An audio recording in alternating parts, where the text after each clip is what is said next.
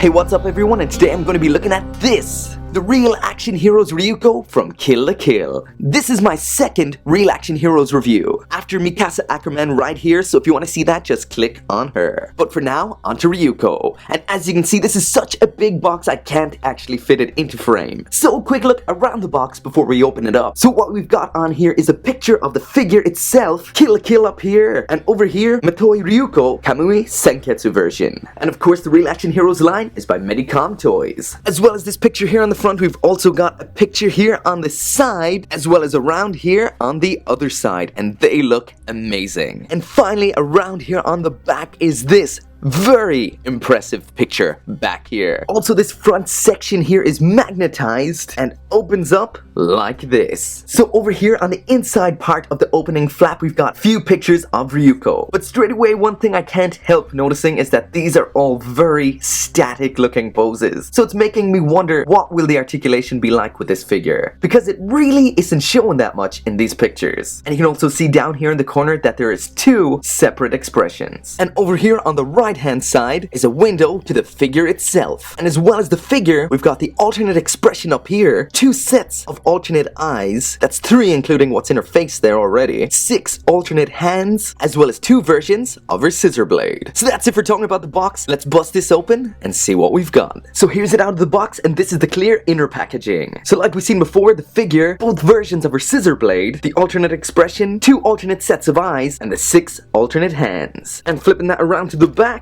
we have the base and the stand. So now let's get this out of here so we can move on to the main event itself, the figure. So here it is, finally out of the box. And as you can see, it looks absolutely awesome. Ryuko and Senketsu have never looked better. Medicom have done an awesome job here with this figure. It looks absolutely amazing. So starting now with the head. And the first thing that really stands out here is Ryuko's crazy ass hair. Everything about this is executed perfectly. The massive sweeping spikes, that amazing black and red contrast, especially when seen from behind. A huge massive spikes and then red and black just look so badass together. And of course, around in the front here is that iconic Ryuko red sweeping piece of hair. And as well as that, we've got those 2 cool little horns just above her bangs. The default face here looks great. The mouth is fairly plain, cleanly executed, but what really steals the show are those eyes. Like on every figure of Ryuko I've seen so far, the eyes really stand out here. But what really makes these ones unique is that her eyes are a separate part to her face, so it gives them that extra added bit of depth. The fine dark line and eyelashes below the eye and the eyebrow above really do a great job of framing the eyes. It looks really good. This is definitely first and maybe my last time I'll ever say this, but this figure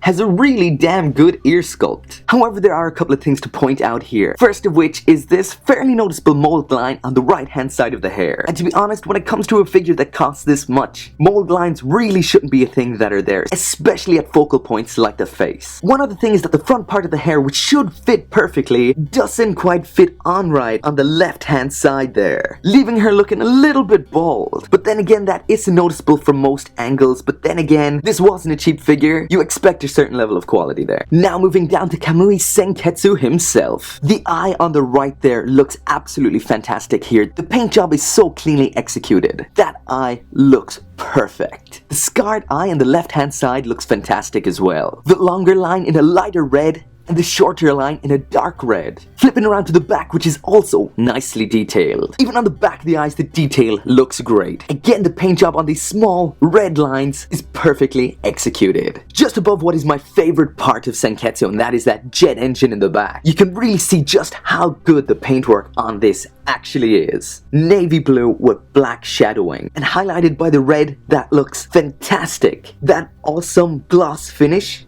this looks epic.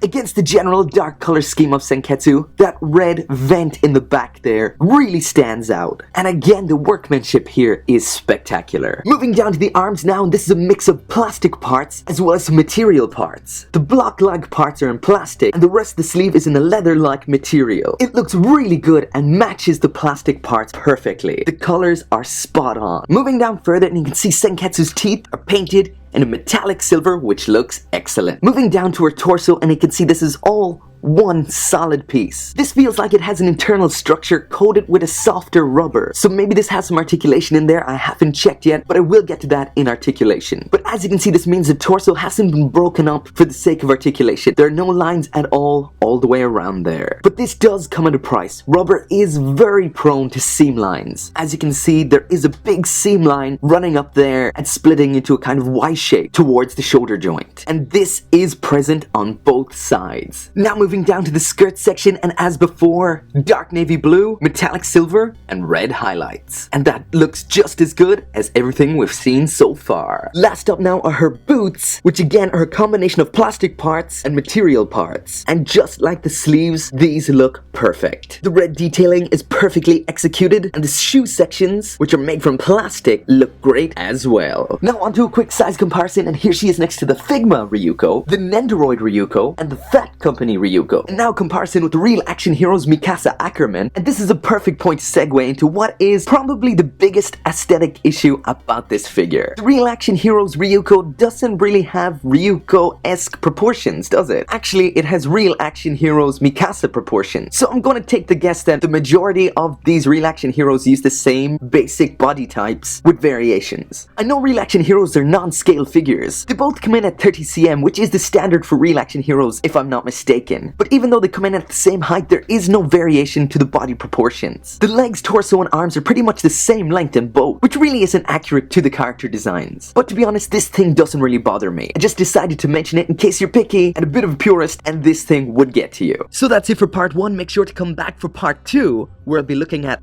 the accessories, the articulation, and the quality.